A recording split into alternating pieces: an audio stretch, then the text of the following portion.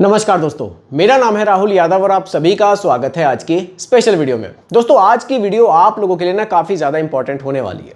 कारण क्या है? टॉपिक आपके सामने, रिटायरमेंट प्लानिंग एट एज 45। देखिए, मेरे एक परिचित हैं, वो मुझसे मिलने आए थे, तो उन्होंने मुझसे ये सवाल किया कि यार राहुल, मैं 45 की मेरी एज हो गई है, अब मैं अपनी रिटायरमेंट के बारे में सोच रहा हूँ, तो क्या म्यूचुअल फंड के थ्रू मैं अपने रिटायरमेंट को भी प्लान कर सकता हूं या फिर नहीं कर सकता हूं?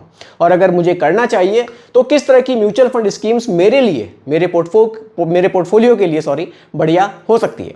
देखिए, अब क्या है ना, रिटायरमेंट को वैसे तो अगर आपको प्लान करना है तो काफ़ी पहले से इसकी शुरुआत होती है, लेकिन ऐसा कोई ज़रूरी नहीं है। अगर आप नहीं कर पाए तो अब नहीं होगा, अब भी जाएगा, लेकिन थोड़ा सा डिफरेंस रह जाता है। तो अगर आप लोगों की एज भी 40-45 के आसपास है, आप सोच रहे हो अपने रिटायरमेंट को म्यूचुअल फंड के थ्रू प्लान करना, तो किस तरह के म्यूचुअल फंड स्कीम्स आप अपने पोर्टफोलियो में रख सकते हैं? ज़रूरी नहीं है कि 15,000 रुपये की ही आप SIP करें, हो सकता है कि आप इससे कम की करें या इससे ज़्यादा की भी आप कर सकते हैं। मेन चीज़ है कि पोर्टफोलियो को आपको किस तरह से बैलेंस बनाना है। देखिए, क्योंकि क्या होता है ना, म्यूचुअल फंड में बहुत तरह की म्यूचुअल फंड स्कीम्स हमें देखने को मिलती है। अब ज़रूरी नहीं है कि जो म्यूचुअल फंड स्कीम एक 30-35 साल एज वाले के लिए बढ़िया हो, वो एक 45 साल की एज वाले के लिए भी बढ़िया हो। दोनों में डिफरेंस काफ़ी आ जाता है।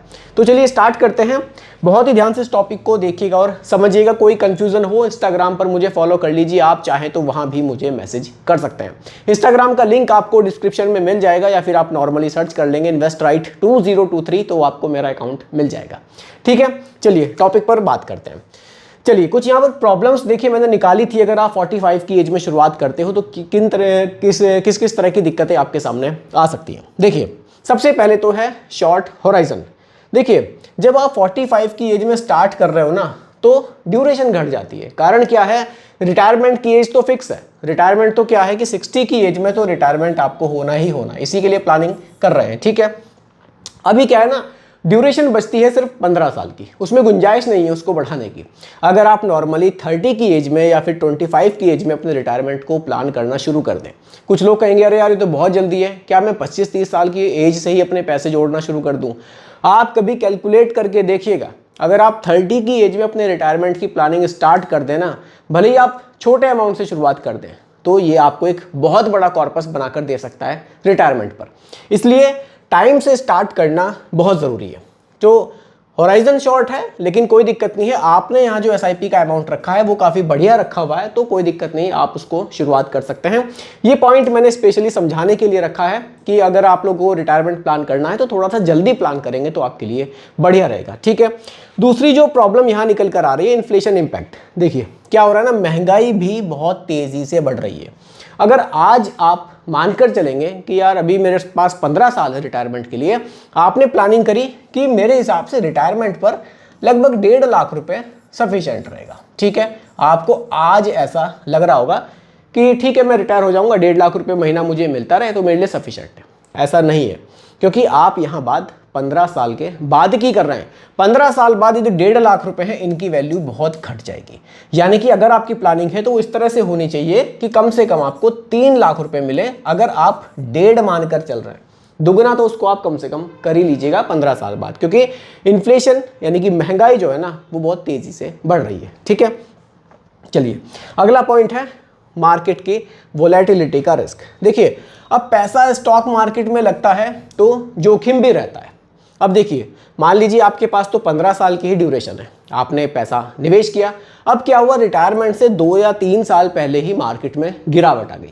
उस समय पर क्या होगा, मान लीजिए आपने प्योर इक्विटी म्यूचुअल फंड लिया हुआ है, सारा पैसा इक्विटी में ही है, तो उस समय पर क्या होगा, आपका पैसा एकदम से गिरेगा। ठीक है, मान लीजिए आपको जो रिटर्न थे 12% मिल रहे थे ऑन एन एवरेज, लेकिन उस समय पर घट गए, घटकर आपको 7% ही रह गए रिटर्न, या हो सकता है कि 6% ही रह जाए। तो थोड़ा सा मार्केट को उठने के लिए भी टाइम लग जाता है। यानी कि जो आपकी ड्यूरेशन है, जैसे कि यहाँ 15 साल ही फिक्स है, अगर ऐसा ना हो, थोड़ा सा ड्यूरेशन आपके पास ज़्यादा हो, तो इसका फ़ायदा आपको मिल जाता है कि मैं 1-2 साल मेरे पास और गुंजाइश है, मैं इसको बढ़ा सकता हूँ। तो इस तरह से मार्केट की वोलेटिलिटी का भी रिस्क थोड़ा सा रहता है। इसका सॉल्यूशन क्या है इन तीनों पॉइंट्स का, उस पर भी मैं बात करूँगा। देखिए, शॉर्ट होराइजन का सॉल्यूशन तो मैंने आपको बता दिया है। इसका क्या है ना कि आपको टाइम से स्टार्ट कर देना चाहिए। इन्फ्लेशन इम्पैक्ट है जो 1.5 लाख रुपए आप मानकर चल रहे हैं, इसको दुगना कर लीजिए। इसके लिए आप क्या कर सकते हैं, सीधा है, इसके लिए आप, चलिए मैं यहाँ लिख देता हूँ। चलिए इसका सॉल्यूशन ये है कि आप ना स्टेप अप एसआईपी कीजिए। स्टेप अप, जो भी आपका एसआईपी का अमाउंट है जो भी है उसको कम से कम 10% से इंक्रीज कीजिए हर साल। मान लीजिए आपकी जो एसआईपी है 10,000 रुपये की चल रही है, उसको हर साल 10% आप बढ़ाते चले जाइए। उससे क्या होगा, 10% बढ़ाने से जो इन्फ्लेशन है, मान लीजिए महंगाई दर है वो 6% है या 7% है, और आप अपनी एसआईपी के अमाउंट को 10% बढ़ा ले जाते हैं, तो आप फिर अच्छा खासा अमाउंट बना सकते हैं। जो आपका टारगेट आपने 1.5 लाख सोचा है वो ऑटोमेटिकली 3 लाख पर पहुंच जाएगा, तो कोई आपको दिक्कत रिटायरमेंट के टाइम पर नहीं होगी। इसलिए स्टेप अप करना ज़रूरी है। देखिए महंगाई बढ़ रही है, आपकी सैलरी भी तो इंक्रीज हो रही है, तो क्यों ना अपने इन्वेस्टमेंट को भी बढ़ाया जाए। तो ये एक बढ़िया सॉल्यूशन है एसआईपी में कि आप हर साल स्टेप अप लगा दीजिए और एसआईपी ऑटोमेटिकली बढ़ती रहेगी। 10% का स्टेप अप मिनिमम आपको लगाना चाहिए, बाकी आप जितनी आपकी क्षमता है आप उस हिसाब से लगा सकते हैं। ठीक है, मार्केट का जोखिम, इसका क्या सॉल्यूशन है। देखिए मान लीजिए 60 साल में आपको रिटायरमेंट लेना है, आप 58 की एज है उसके आसपास अभी आप हैं। ठीक है, अब 2 साल बाकी हैं या हो सकता है कि 1.5 साल बचाओ, आपको रिटायरमेंट आपका कंफर्म में लेना है और पैसा आपको विड्रॉल करना है। आप क्या कर सकते हैं, धीरे धीरे अपने पैसे को ना एक डेट फंड में ट्रांसफर कर सकते हैं। डेट फंड अच्छा ऑप्शन है, या फिर अगर मैं सेकंड ऑप्शन की बात करूं तो जहां से आपको एसडब्ल्यूपी लेना है, मतलब ये जो आप रिटायरमेंट के लिए पैसा इकट्ठा कर रहे हैं इसीलिए कर रहे हैं ना कि आपको मंथली इनकम वहां से चाहिए, तो डेट फंड में आप इसको पार्क कर सकते हैं। या फिर आप एक हाइब्रिड फंड में भी इस पैसे को रिटायरमेंट से कुछ टाइम पहले पार्क करना शुरू कर दीजिए। धीरे धीरे पैसा ट्रांसफर कर दीजिए। उससे क्या होगा, अगर आपकी एज 58, 59 है या फिर 60 के आसपास आप एकदम से हैं और मार्केट में गिरावट आ जाती है, ठीक है, इससे क्या होगा, जो आपके रिटर्न है, हाइब्रिड फंड, मान लीजिए आपने कंजर्वेटिव हाइब्रिड फंड लिया हुआ है या फिर आपने एक डेट फंड लिया हुआ है, तो आपके रिटर्न्स एकदम से नहीं गिरेंगे, स्टेबिलिटी अच्छी मिलेगी, क्योंकि यहाँ पर जो पैसा है कॉर्पोरेट बॉन्ड्स में, गवर्नमेंट सिक्योरिटीज में अच्छी जगह पैसा निवेश होता है, जोखिम यहाँ पर कम रहता है। इसीलिए रिटायरमेंट से पहले धीरे धीरे अपने पैसे को आप पार्क करना शुरू कर दीजिए। ठीक है, ये तो प्रॉब्लम की बात हो गई और सॉल्यूशन की बात हो गई। अब बात ये आती है कि भैया जो हमें एसआईपी करनी है, किस तरह की म्यूचुअल फंड स्कीम्स हमको लेनी चाहिए। ठीक है, इस पर बात करते हैं। देखिए परसेंटेज में बात करेंगे क्योंकि सभी का एसआईपी अमाउंट अलग हो सकता है। देखिए अगर हमें यहाँ पर एसआईपी स्टार्ट करनी है, लगभग 45 की एज है, 15 साल की ड्यूरेशन है।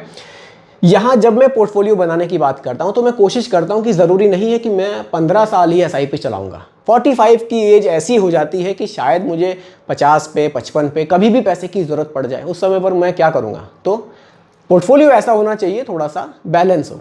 यहाँ आप क्या कर सकते हैं, एक इंडेक्स फंड का ऑप्शन है निफ्टी 50, इसको आप रख सकते हैं। इंडेक्स फंड निफ्टी 50, ठीक है, निफ्टी 50। कितना पैसा यहां पर डाला जा सकता है, जो भी आपका एसआईपी अमाउंट होगा उसका 30% तक आप इसमें रख सकते हैं। ठीक है, ये आपका फर्स्ट हुआ। सेकंड फंड पर अगर मैं बात करूं, आप एक, काफ़ी लोग वैसे समझ गए होंगे, एक फ्लेक्सी कैप को ज़रूर रखिएगा। फ्लेक्सी कैप से बेनिफिट ये होता है दोस्तों, लॉन्ग टर्म में हमने देखे हैं फ्लेक्सी कैप के रिटर्न्स ना हमने बहुत शानदार देखे हैं, और बड़ी कंपनियां, मॉडरेट कंपनियां, छोटी कंपनियां, सभी में ये पैसा निवेश भी करता है। तो 30% आप यहाँ भी रख सकते हैं। इससे बेनिफिट ये होगा, आपका जो 30% है वो तो चला गया सीधा बड़े बड़े स्टॉक में, टॉप की 50 कंपनियों में।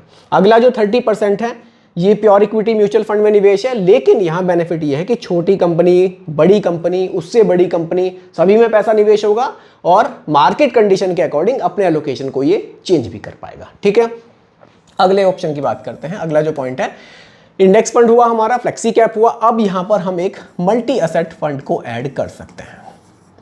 मल्टी एसेट फंड, देखिए मल्टी एसेट फंड क्या होता है और कितना पैसा रख सकते हैं। मल्टी एसेट फंड में दोस्तों क्या होगा, सिर्फ पैसा आपका इक्विटी में नहीं रहेगा, इक्विटी में रहेगा, डेट में रहेगा, गोल्ड में रहेगा। तो कम से कम 3 जगह ये पैसे को निवेश करते हैं। गोल्ड में भी कुछ पैसा आपका यहाँ से जरूर निवेश होगा, रियल एस्टेट में भी जाता है पैसा, तो ये काफ़ी सारे एसेट्स में पैसा निवेश होता है। तो थोड़ा सा यहाँ क्या है ना, डाइवर्सिफिकेशन आपको ज़्यादा मिलता है। अगर इक्विटी डाउन हो रहा है तो गोल्ड के प्राइस बढ़ते हैं, तो ये बैलेंस बनाने में थोड़ा सा आपकी हेल्प करेगा। और एज आपकी 45 की है तो यहाँ पर इस तरह के फंड्स की हमें पोर्टफोलियो में ज़रूरत पड़ सकती है। इसका एक ऑप्शन और भी मैं आपको बताऊंगा। ठीक है, फिलहाल इसको समझिए आप। यहाँ पर हम इसको रख लेंगे 20%। ठीक है, 20%। अब देखिए एक और है यहां पर हम एक फंड और ऐड करेंगे, 4th नंबर। ये फंड होगा दोस्तों एक हाइब्रिड म्यूचुअल फंड। हाइब्रिड में क्या होगा, पैसा डेट में भी रहेगा, पैसा इक्विटी में भी रहेगा, और बैलेंस्ड एडवांटेज फंड रख लेंगे तो और भी बढ़िया रहेगा। इक्विटी और डेट में एलोकेशंस को ये चेंज करेगा, ठीक है। हाइब्रिड में कौन सा है, बैलेंस्ड एडवांटेज फंड, शॉर्ट में लिख रहा हूं बैलेंस्ड एडवांटेज फंड। 20% आप यहां भी रख सकते हैं। तो 20-20, 40 और 30-30, 60 पूरा 100% क्लियर हो गया। अगर आपका 10,000 का निवेश है, 3,000 index fund, 3,000 flexi cap, 2,000 multi asset fund और 2,000 एक बैलेंस्ड एडवांटेज फंड। अब देखिए, अगर आपको ऐसा लगता है कि मैं थोड़ा सा रिस्क ज़्यादा ले सकता हूँ, मुझे कोई दिक्कत नहीं है, तो आप मल्टी एसेट फंड को यहाँ से रिप्लेस करके इसकी जगह एक मिड कैप फंड को रख सकते हैं। ये थोड़ा सा जो आपका पोर्टफोलियो, अगर आप मिड कैप को रखते हैं तो एग्रेसिव हो जाएगा, यानी कि ज़्यादा जोखिम में आपका पैसा निवेश हो जाएगा। लेकिन अगर आप जोखिम ले सकते हैं, आपको रिटर्न्स अच्छे चाहिए, तो मिड कैप का ऑप्शन भी आप इसको चेंज करके यहाँ पर रख सकते हैं। ये टोटली आपके रिस्क लेने की क्षमता पर डिपेंड करेगा कि आप मिड कैप रखते हैं या फिर आप एक मल्टी एसेट फंड को अपने पोर्टफोलियो में शामिल करते हैं। बाकी दोस्तों, इसके अलावा अगर आपके मन में कोई डाउट हो या इसकी जगह कोई और फंड आप रखना चाहते हो, तो उसके लिए आप मुझे कमेंट कर सकते हैं। इंस्टाग्राम पर आप डायरेक्टली मुझसे बात कर सकते हैं, कोई दिक्कत नहीं है। वहां भी काफ़ी लोगों के जो कन्फ्यूज़न है दूर होते हैं, काफ़ी लोग मुझसे वहां पर बातें करते हैं। अगर आप चाहते हैं, कोई कन्फ्यूज़न है आपका, तो बिल्कुल इंस्टाग्राम पर फॉलो करना मत भूलिएगा, काफ़ी कुछ वहां पर भी आप डिस्कस कर सकते हैं। बाकी दोस्तों, यही आज की वीडियो का टॉपिक था। उम्मीद करता हूं कि टॉपिक आपको पसंद आया होगा। बाकी रिकमेंडेशन नहीं है, सिर्फ एजुकेशनल पर्पस वीडियो आप लोगों के लिए बनाई गई है। पसंद आई हो लाइक शेयर कीजिएगा, चैनल पर नए हैं सब्सक्राइब कीजिएगा।